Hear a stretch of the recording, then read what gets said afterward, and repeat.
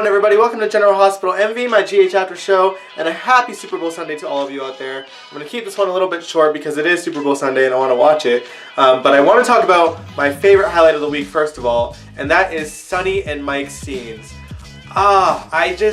Maurice Bernard was freaking magical in that, and seeing those scenes were so emotional. I seldom get teary-eyed when watching GH, but this was one of those moments where I was kind of weeping in the corner. I was with my mom, so I didn't want to, show my emotions too much, but I was wrecked on the inside and a tiny bit on the outside.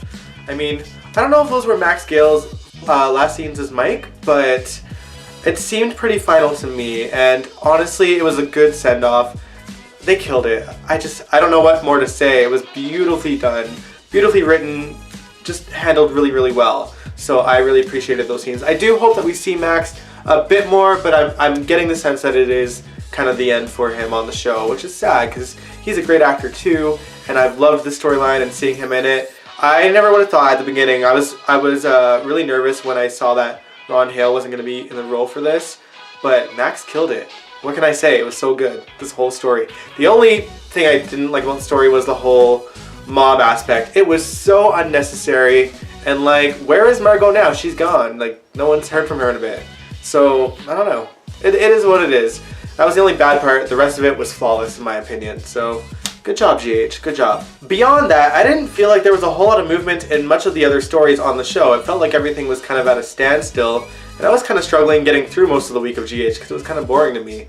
I mean, I feel like all of us predicted that Lulu would have no memory of who stabbed her. So, that played out exactly how we thought it was, therefore it wasn't that interesting to watch.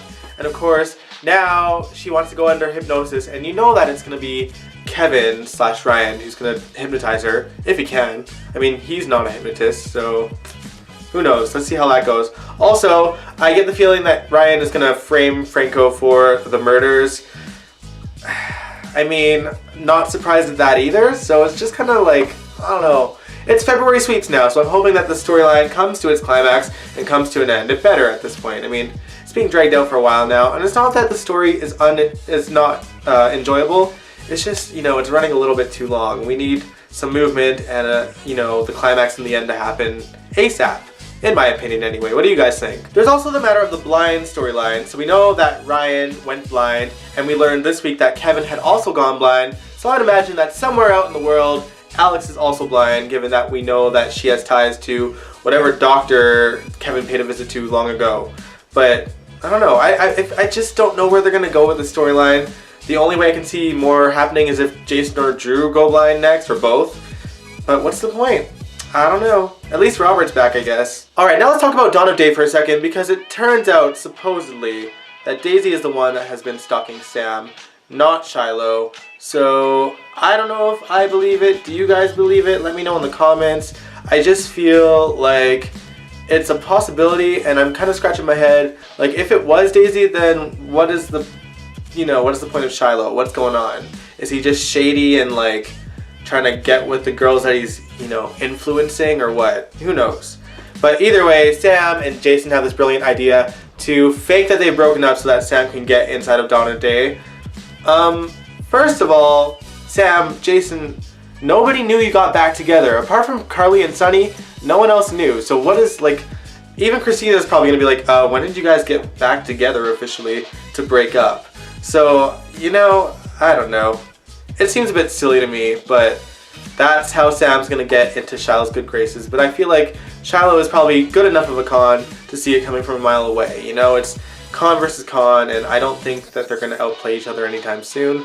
Otherwise, the storyline would be over fast instead of, 10 months from now, I'm sure it'll take. Alright, now let's quickly talk about Liz and Aiden. As you guys know, my stance on the story is that I don't like it.